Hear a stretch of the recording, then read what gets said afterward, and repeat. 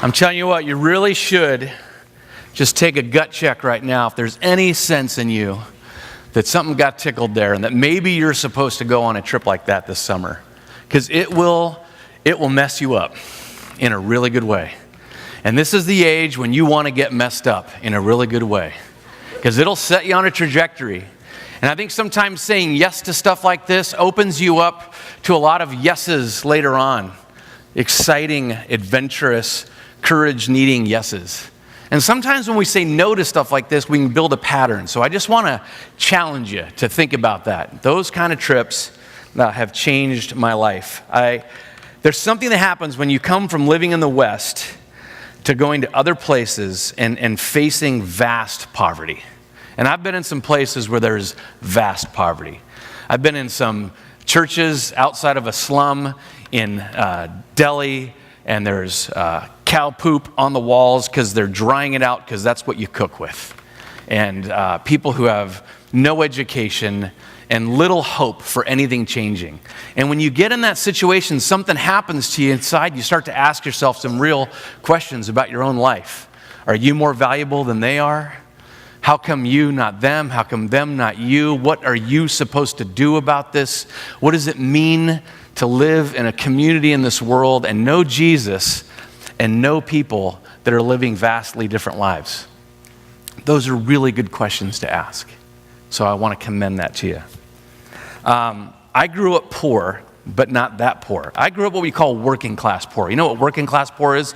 Working class poor is you're poor, but mom's got a job. Okay, so that was me. So I'm going to say we were poor. You guys say, how poor were you? Okay, we were poor. We were so poor I couldn't pay attention in school. Okay, that's a dad joke. I've got one more. We were poor.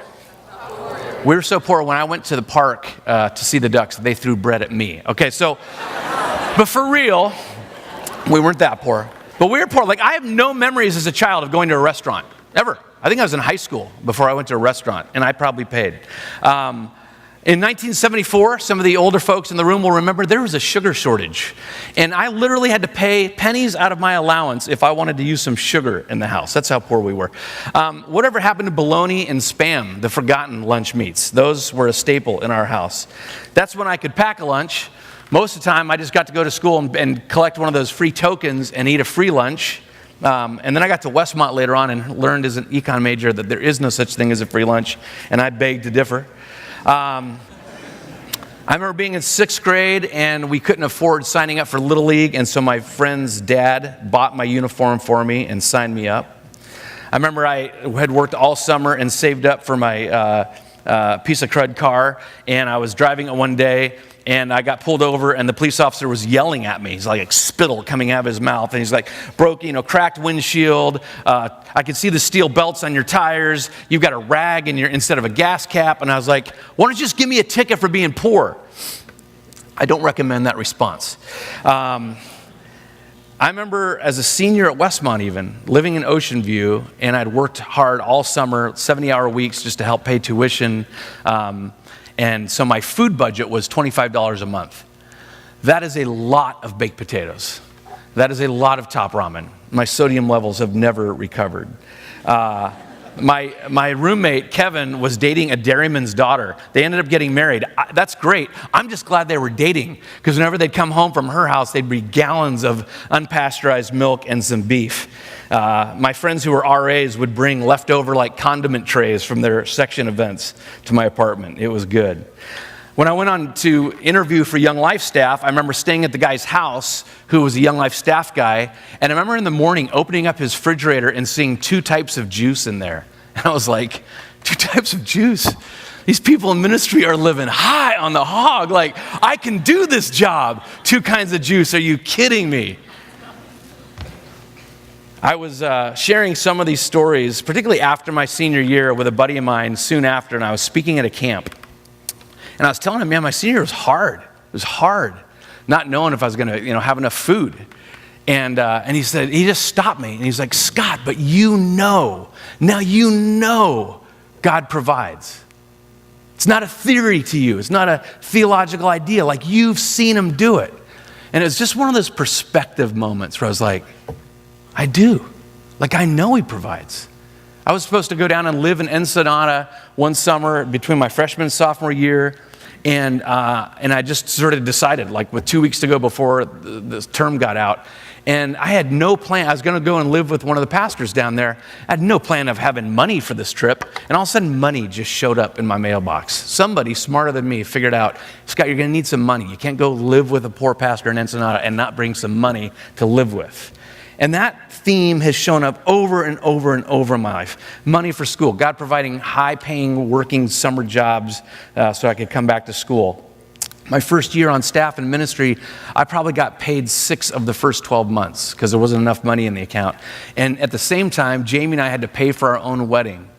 And time and time again, we saw God provide, like over and over. Sometimes it was in money, and sometimes it was people not charging for stuff. But it was awesome. It was a great lesson for us, like God's in this thing. And I saw that over and over in ministry. And somehow I've had the privilege of sending 3 sons to Christian college without even selling a kidney. So I know that God provides. It's not a theory, but that's just money. I've seen him provide everything else too, everything else. But we worry about everything, don't we? John Ortberg reminded us Friday, did a beautiful job of reminding us we worry about everything. We project into the future that somehow God won't be with us like he is right now. Then. That's what worry is. And we fear about not having, and we fear about losing. That's what worry is. We fear about not having, we fear loss, and the worst thing we can picture is not being able to afford a Starbucks or something like that. The worst thing we picture is that we're going to lose someone really close to us, or we're going to lose our own life.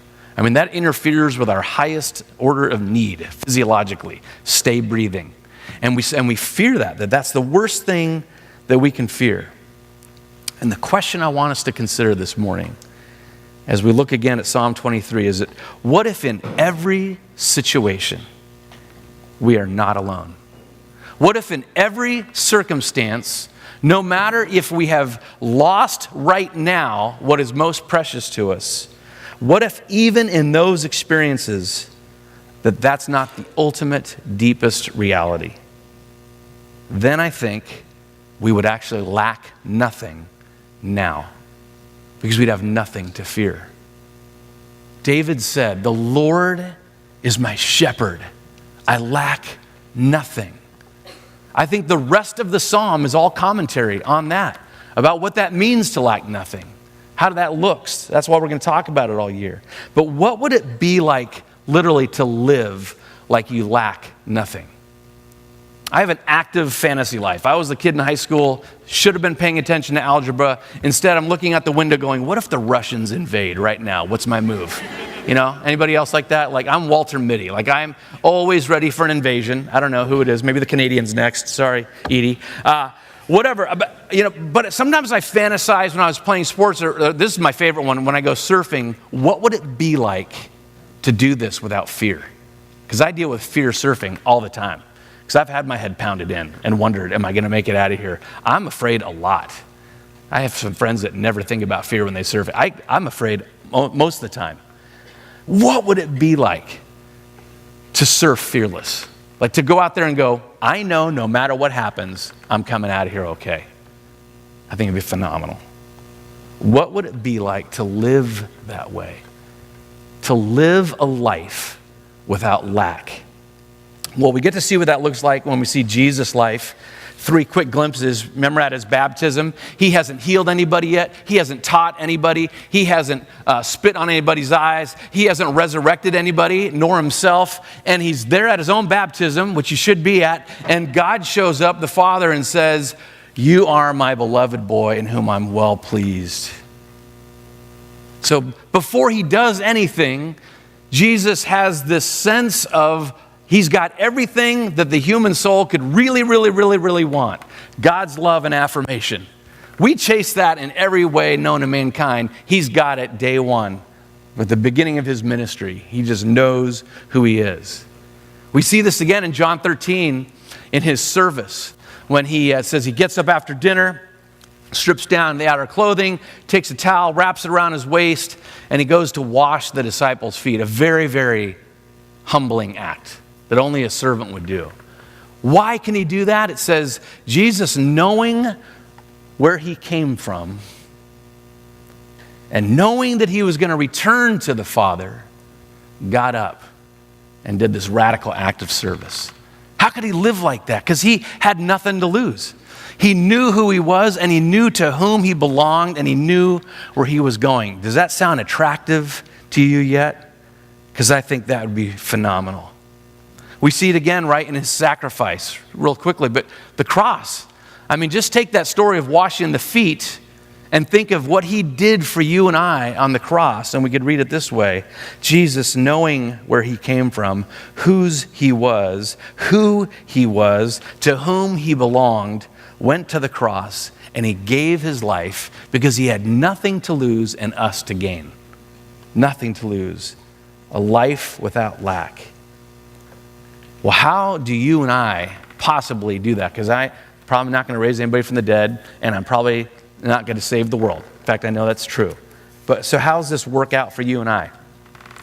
Think of the scene. It shows up in the Gospels when Jesus goes out on the boat with his disciples, and they're crossing the lake, and there arose a great squall, a huge storm. And I don't know if you've ever been on a boat in a big storm, but it's kind of no joke. I'm not talking like Princess Cruises. I'm talking like a fishing vessel. They get out there, and remember, most of his disciples are professional fishermen. This tends to be a salty, surly kind of crowd that is not, prone to running around and grabbing their hair and screaming, my God, we're going to die, okay?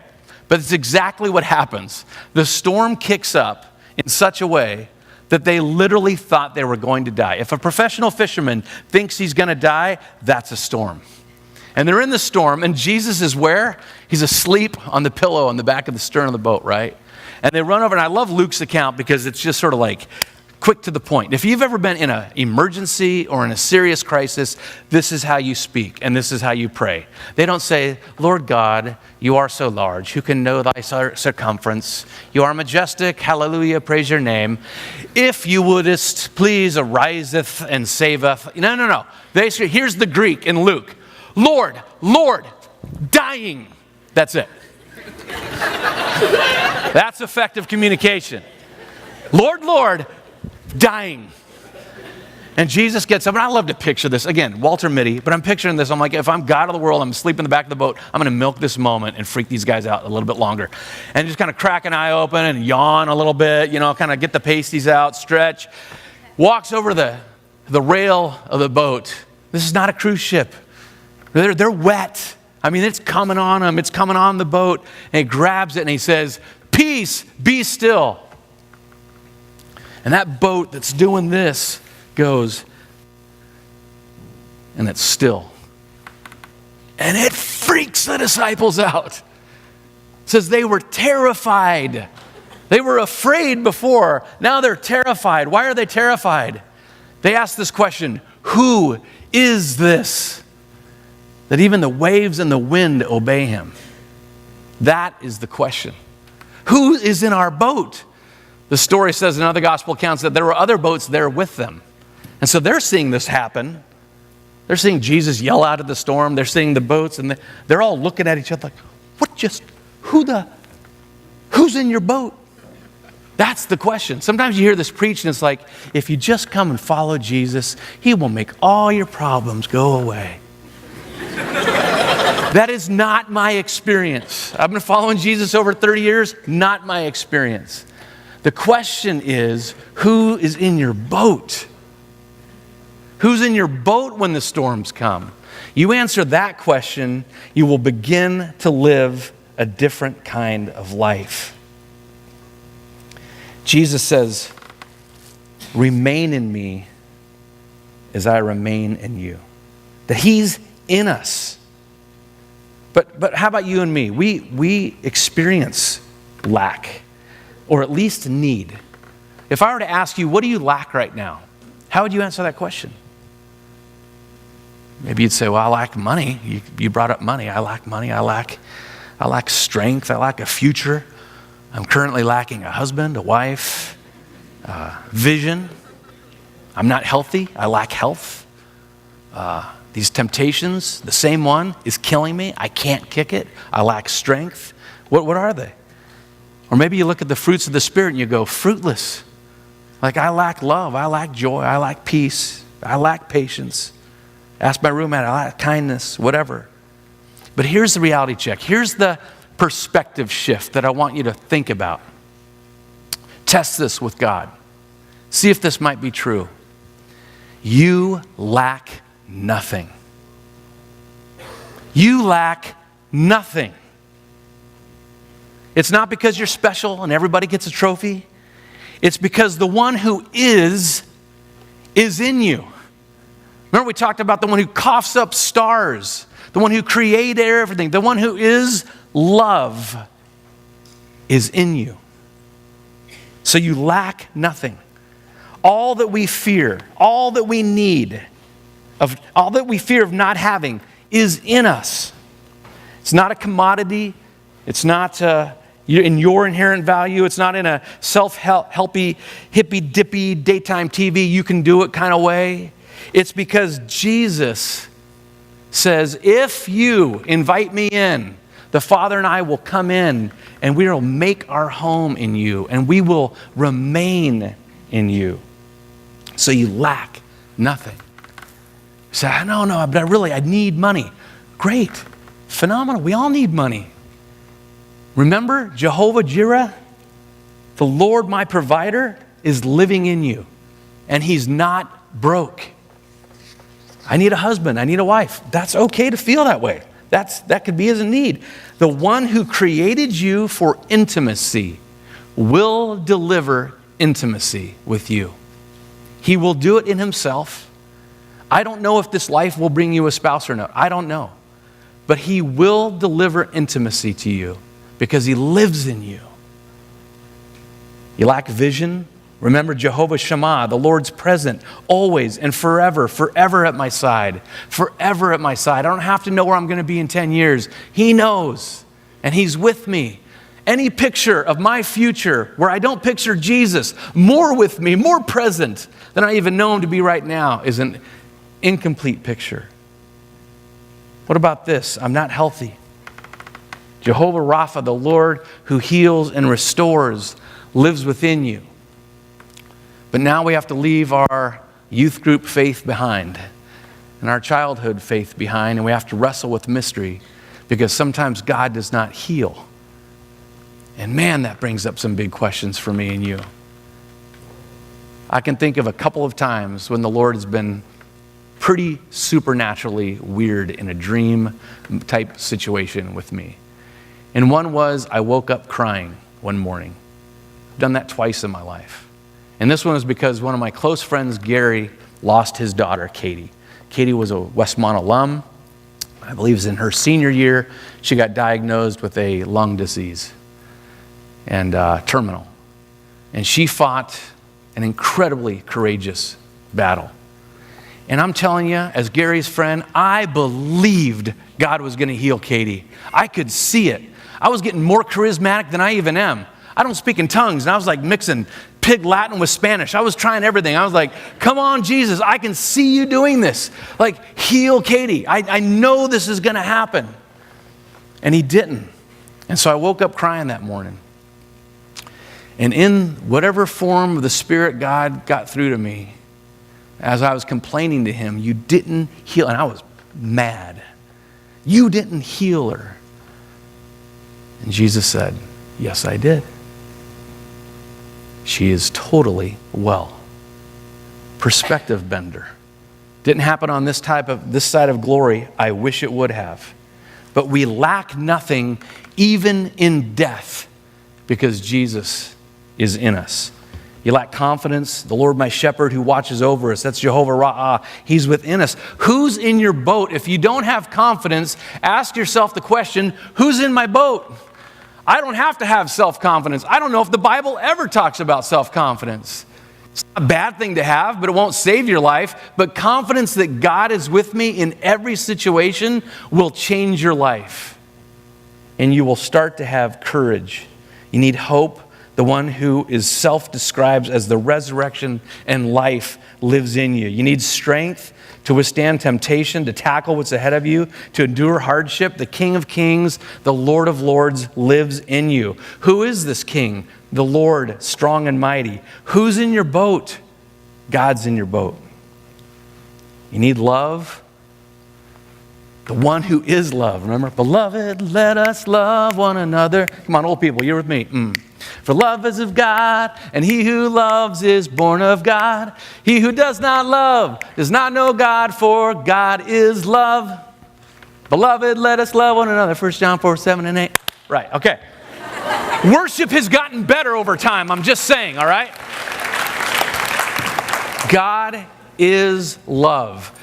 When you experience the next moment in your life where you feel unloved and unlovely and alone, remember who is in your boat. Love himself has said, I am coming in, I'm staying in, and nothing will separate you from me. We talk about being separated from God. The scriptures use this term one time, and it says, nothing can separate us from God. God's in your boat. You need joy, he's in your boat. You need peace. The Lord is my peace. Jehovah Shalom is in your boat. He's in your boat. You lack faith, you have doubts. Some of you all freaked out because you have doubts. Doubt's not the opposite of faith. I think it's part of the journey. Rejection is the opposite of faith. You can get there, but you can doubt in a loving relationship with God. He can handle your questions. Pray this prayer that the guy prays in the Gospels. Lord, I believe, help my unbelief. And the one who wants you to know him in faith will step in. You lack nothing. We need these things. We experience the need. It's real. But we forget or we don't live like we actually have free access to God himself. How can we lack these things if the Spirit of God, who is these things, lives within us? The Lord is my shepherd. I lack nothing. David's not saying, therefore you should not lack.